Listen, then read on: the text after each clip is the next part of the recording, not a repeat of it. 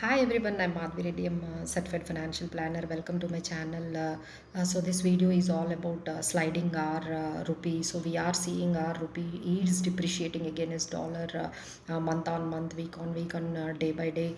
So it's almost about yeah, 83 rupees per dollar. That recently we haven't seen this kind of steep fall or sliding of rupee. So is it will affect anyway to us? Definitely it will affect to us, affect to our economy, because for the imports we have to pay more to those goods which are importing to India. So that will impact to our inflation will increase, and what are the goods we are producing right now, the cost will increase. That will hurt economy. By purchasing power will come down and people will buy less less goods. So all these things. So what RBI is doing, so right now they wanted to protect the rupee at any point of time, so they are selling our forex reserves.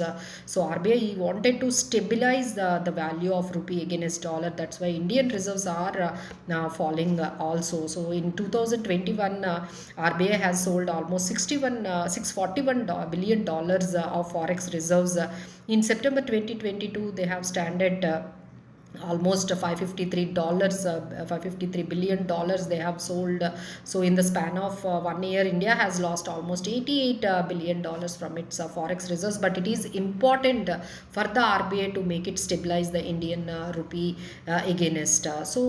Why it is not only because of the India like depreciating the rupee, but actually the dollar is appreciating as US Fed is raising interest rates to remove the excess inflation. So it is printed more money has been printed in the COVID, which contributed the country's high inflation. So to combat that high inflation, they are raising the interest rate. So the dollar is appreciating on day by day. But where we stand, so we are better when it compared to other currencies. We are still doing more better. So we have depreciated against dollar only 9% almost. But when we see like euro has depreciated against dollar almost 14%, and pound 17%, yen 29%, Australian dollar 11%,